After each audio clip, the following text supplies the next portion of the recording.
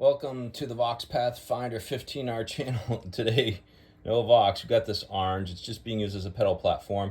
And I got a bunch of pedals plugged into the amp, all in bypass. Some true bypass, some not so true. Now, I've run into this issue before, so I already know where the issue is. But I just want you to listen to something, and I'm going to show you. You may have heard of this. Let's see, hold on.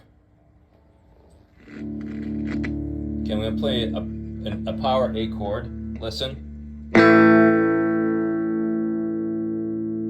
Do you hear that fuzzy thing that attaches on top of the note after I strike?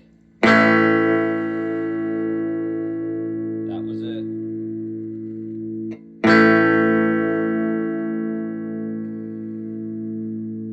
Okay, let me just show you something. Take out this first SD-1 out of the sequence. Do it again. Now, mind you, all the pedals are switched off. Do it again.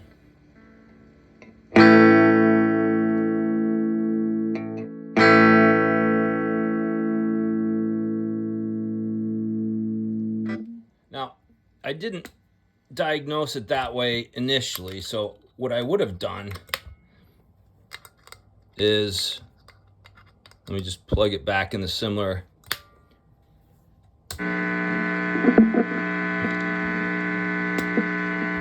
That pedal went on. Always does that. So here we're back to square one.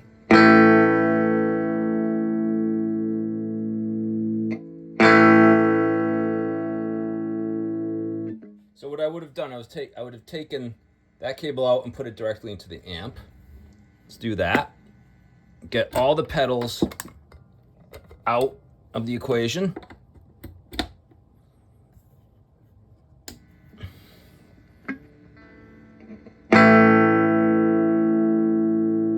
Clean, right? Except from maybe some crackle and pop from my volume pot on my guitar.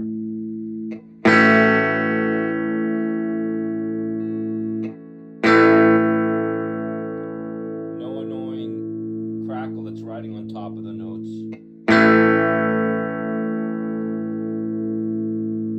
So let's just put it back. Strike it a few more times to give you an idea what's going on.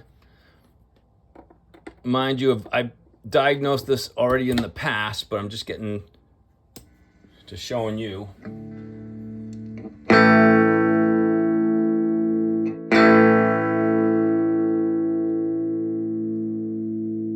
So what you're hearing is these pedals, these Boss SD-1s and a couple other models, are known for the distortion circuit bleed when they're in bypass. And it's not an issue if, say, you turn it on, you know, you can't hear it, you're going like this. So it's so loud you don't hear it. It's only in bypass that you would hear it. And it doesn't, this one is not affected. It's a defect in the design of the circuit board.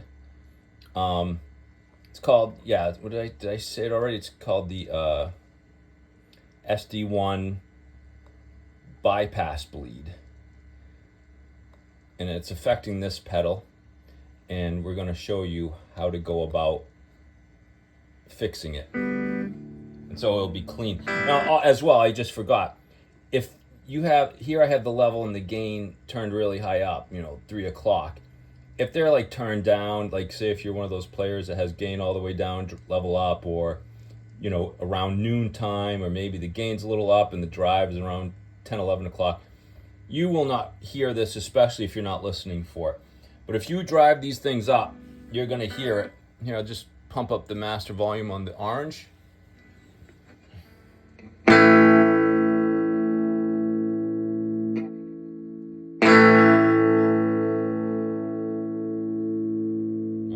So I'm going to review and see if I can hear that on this video. But we'll be back at the soldering station and I'll tell you what to do. Here I am at the soldering station. Got my soldering iron. So let's get going. I'm gonna try and stay out of the way of the camera.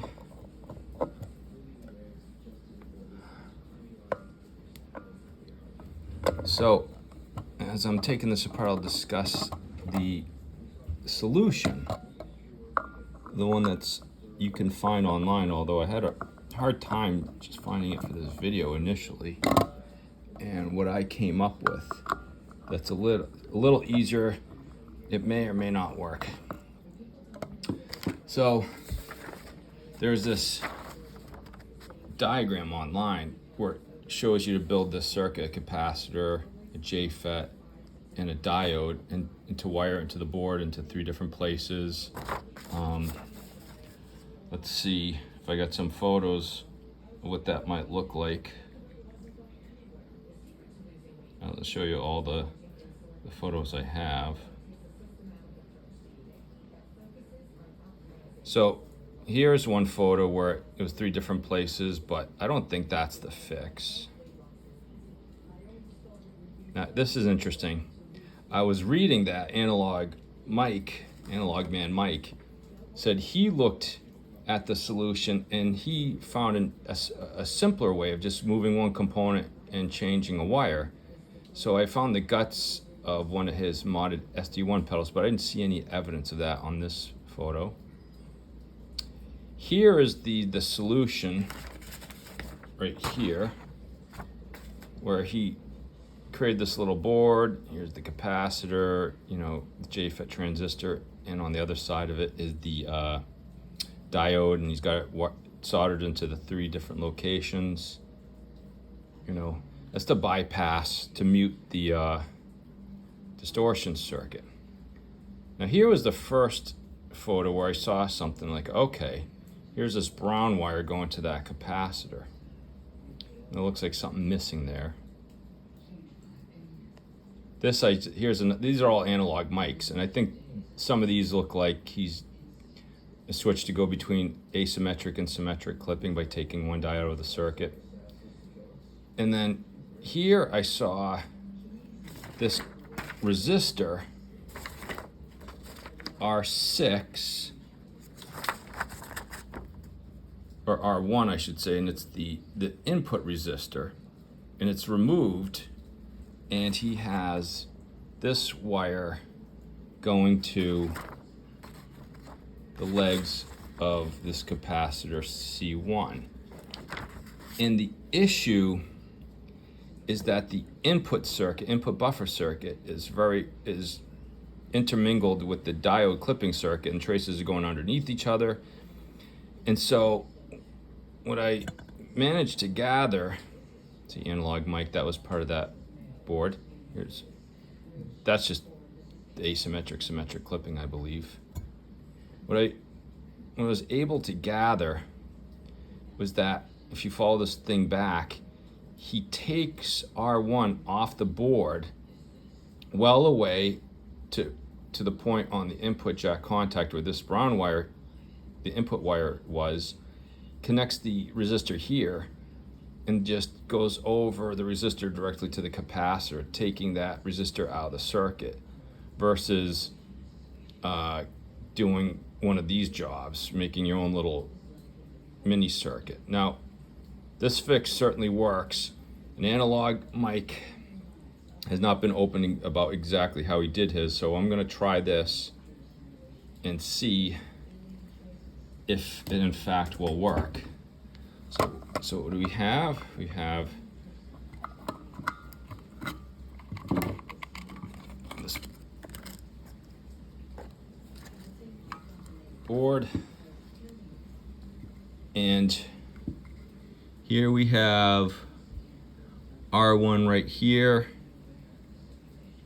and then the brown wire that connects it is right there, and it goes all the way back into here.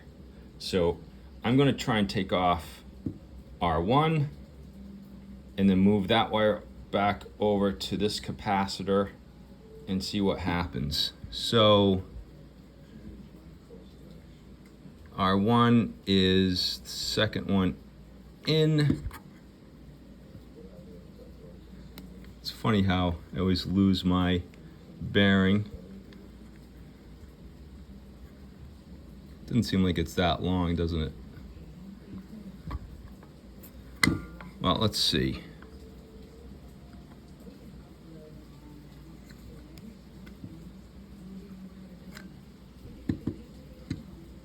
Yeah, okay, so that's it. It's right there. Let me prop it up. I have several clever devices to prop up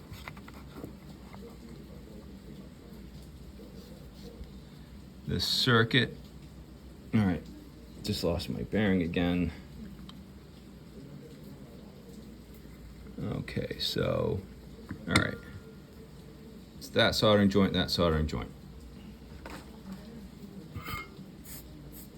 Let's see if we can just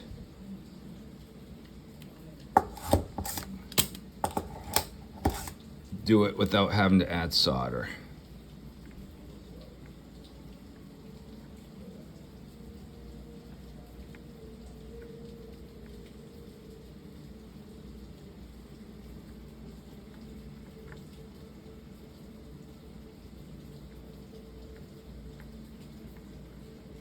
Well, there's something to be said for adding solder.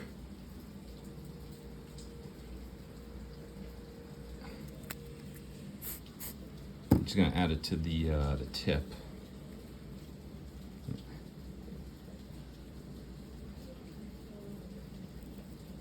Okay, my tip is got the solder.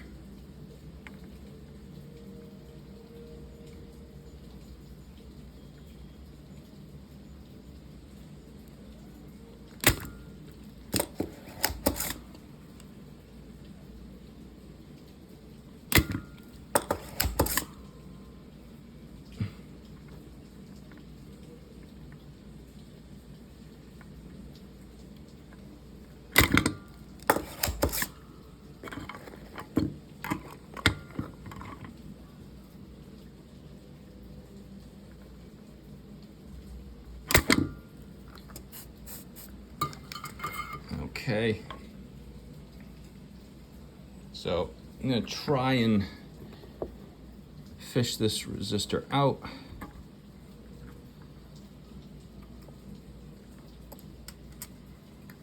Got to bend the legs back a little bit.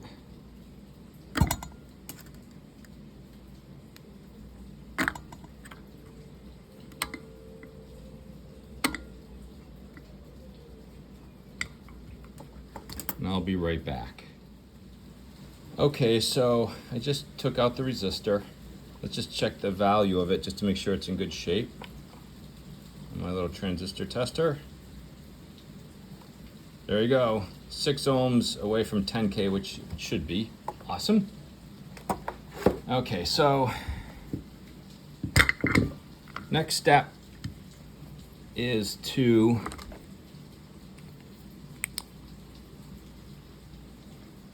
let's get a toothpick, is to take this wire right there, then transfer it, thus skipping where R1 was, and put it into the leg here of this capacitor. And we know this capacitor is C1, okay? And just to show you the leg of it, you can put your flashlight underneath and it'll show you which leg is connected to the trace of R1, but you'll also see it over here as well. That was this hole right here. So here is the where the resistor came out of, this hole and this hole, and then this hole right here is where that leg of that capacitor is. So we'll clean that up, maybe pull the capacitor, see if I can pull the wire out, but we want to pull out for now the brown wire, which is from the input which you can see comes from way in there, and that brown wire is the second, so in labeled 3.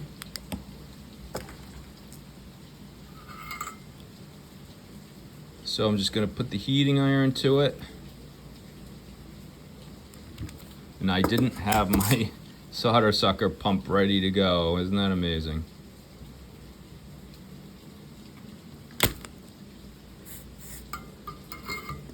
Let's see if that wire pulls out.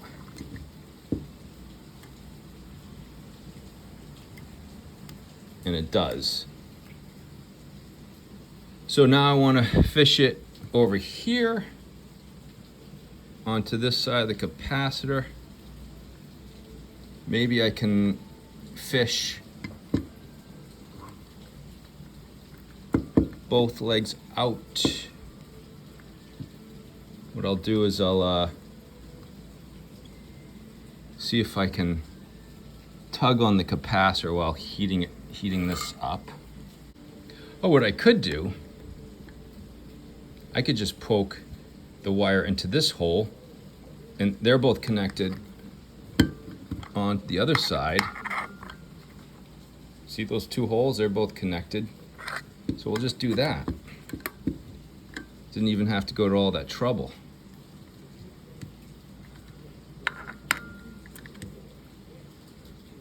Sorry if the filming is not great. So I'll take this wire and feed it through the second resistor hole, which is right here.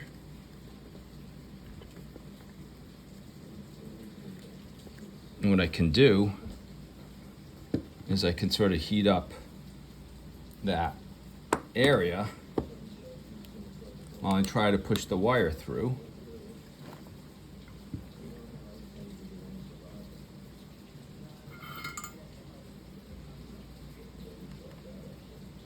So any solder in the way won't prevent the wire from not going through.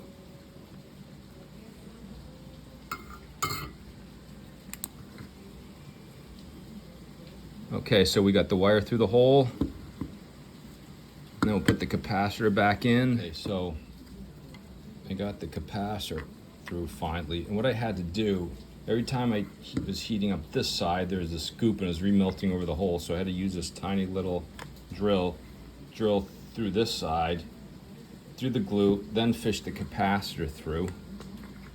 And I don't know if the camera will focus, but I got the lead for the capacitor and the lead for the wire. So now I'm ready to solder that in. But I switched off my soldering station just for just to keep it from using it up and killing it. So now the wire that used to go here is now coming out here and it's touching directly this capacitor leg here once we've soldered it in.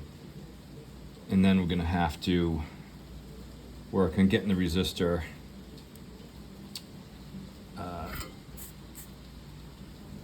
installed off the circuit board. Okay, so I'm gonna heat up this.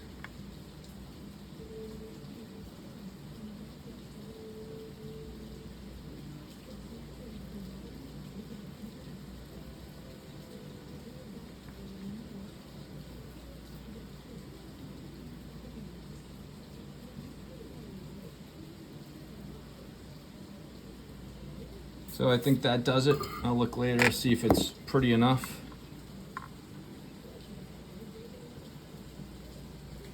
Looks okay. Doesn't have to be beautiful, just has to be functional.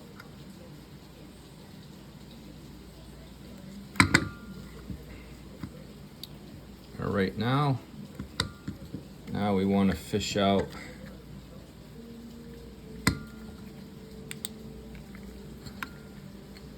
brown wire from the input jack. And I have to really scooch these other wires out of the way or I'm gonna burn them for the time being. Okay, so I decided to unbolt the jack so I can access that wire better without killing everything in the process. So let's go ahead and do that.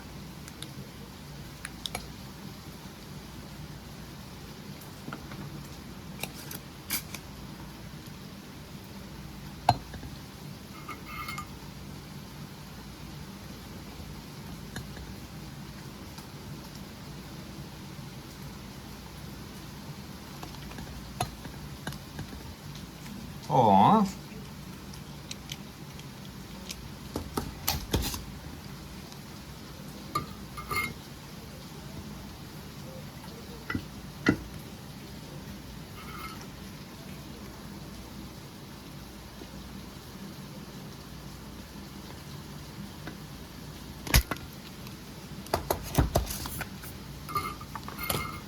How did we do?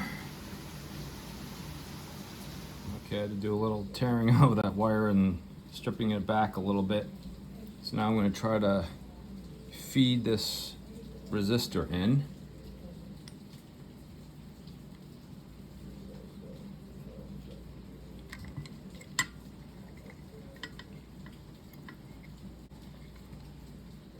Okay, see, I got one leg in there. I'm just going to like try to like bend a loop, put that in there good.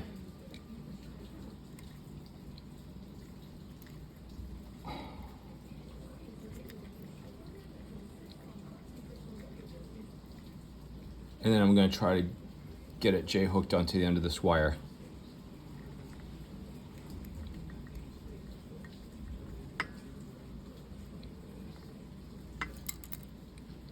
Although I should probably J-hook it first because the solder point's very close to this gray wire, so I'm going to do that first. Okay, I got the resistor J-hooked onto the wire end. I'm just going to do a little soldering.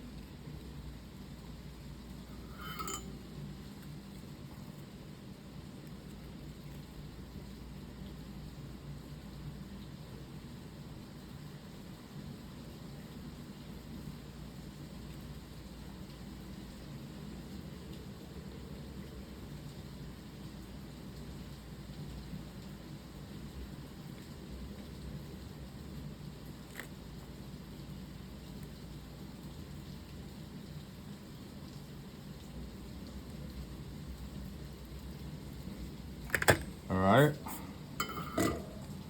Okay, so now we can hook that on to the post of the jack.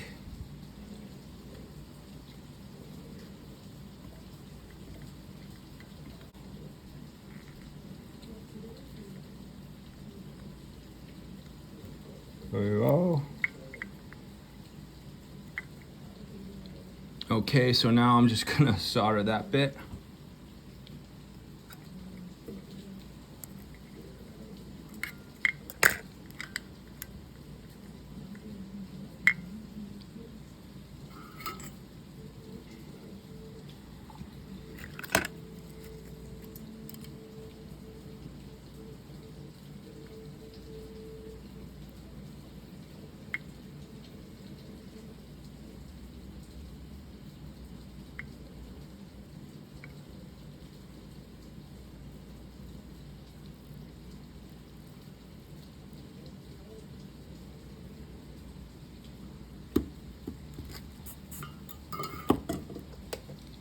All right, so that's it. I'm just going to double check the connections and I'm gonna put that all back together and we're gonna test her out, see if that fix worked.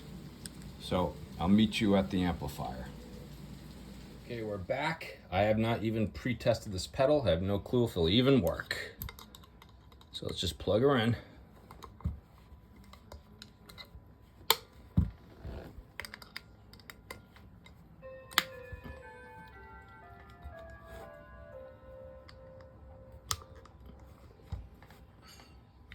Power's on, power's off. Turn on the amp. So the problem's in bypass. Let's see if it's still there in bypass. I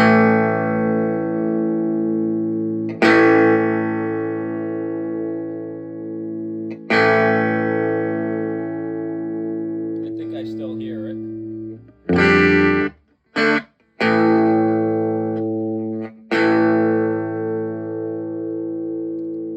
Yeah, well.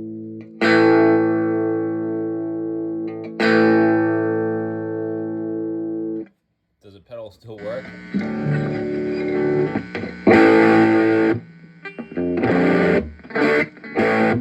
Pedal works, but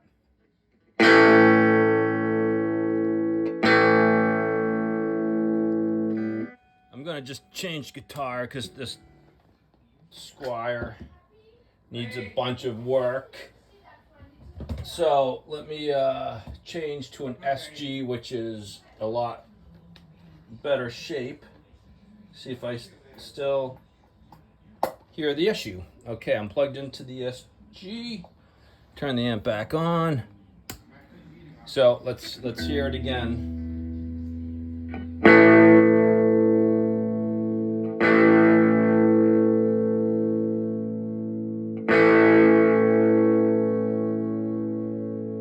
That doesn't seem to be too bad.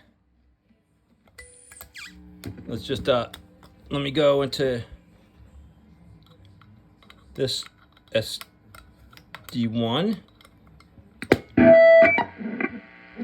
Okay, so I'm gonna some bypass.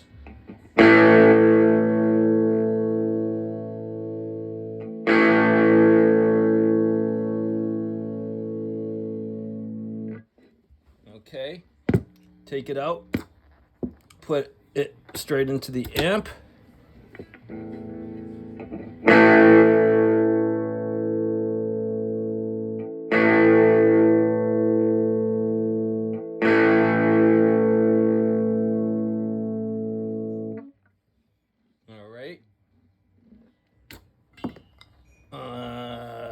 Plug the pedals back in one at a time.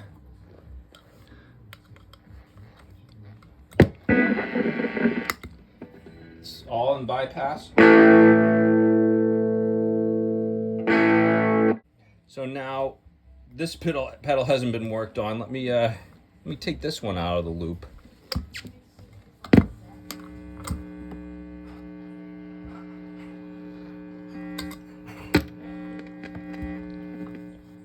Okay. All right.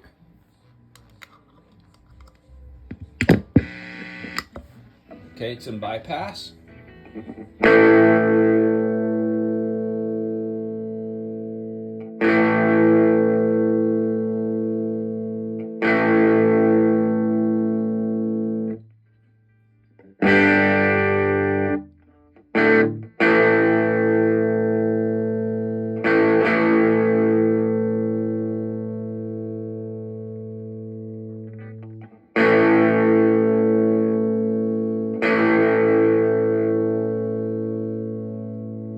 Let me just put that directly in. See if it sounds the same.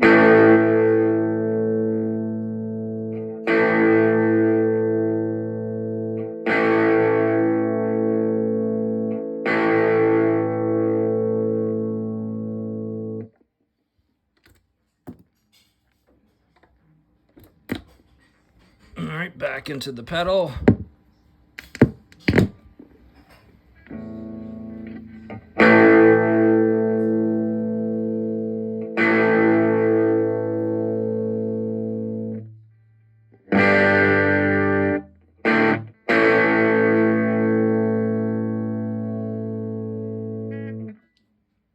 It seems to be still there in a way.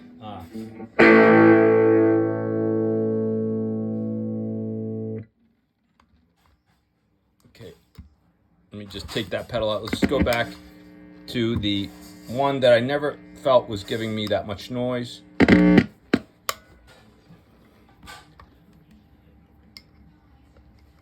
Hold on.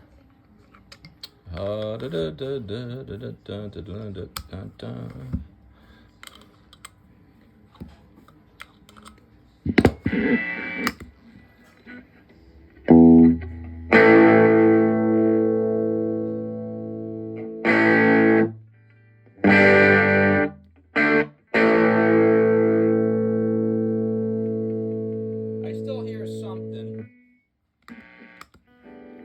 but this is the one that I never felt had the noise before.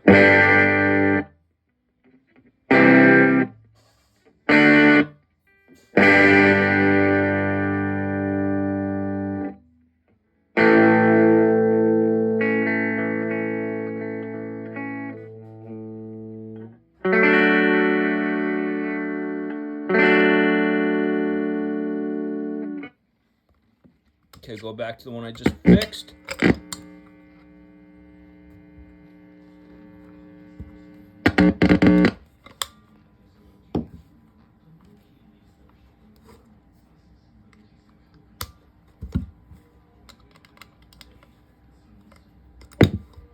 Okay.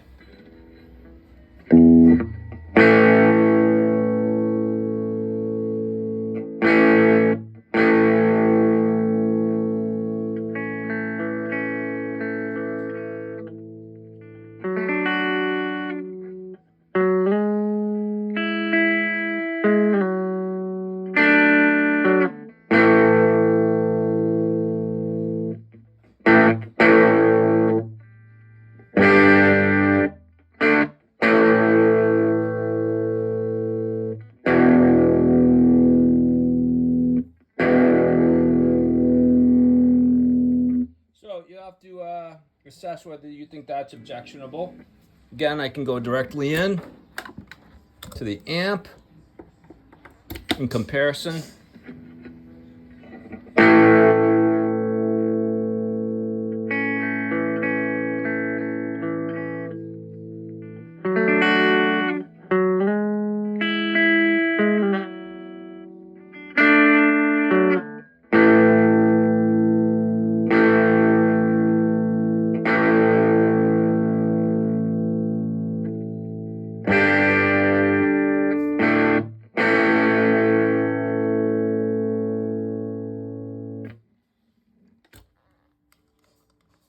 Back to the pedal that I just worked on, not necessarily fixed, but did work on.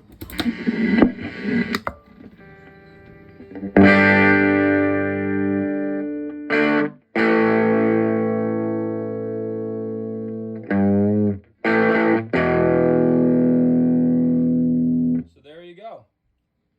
I will review and see if that's much of an improvement, although now I don't think it's any worse than the other one that I didn't previously hear that from.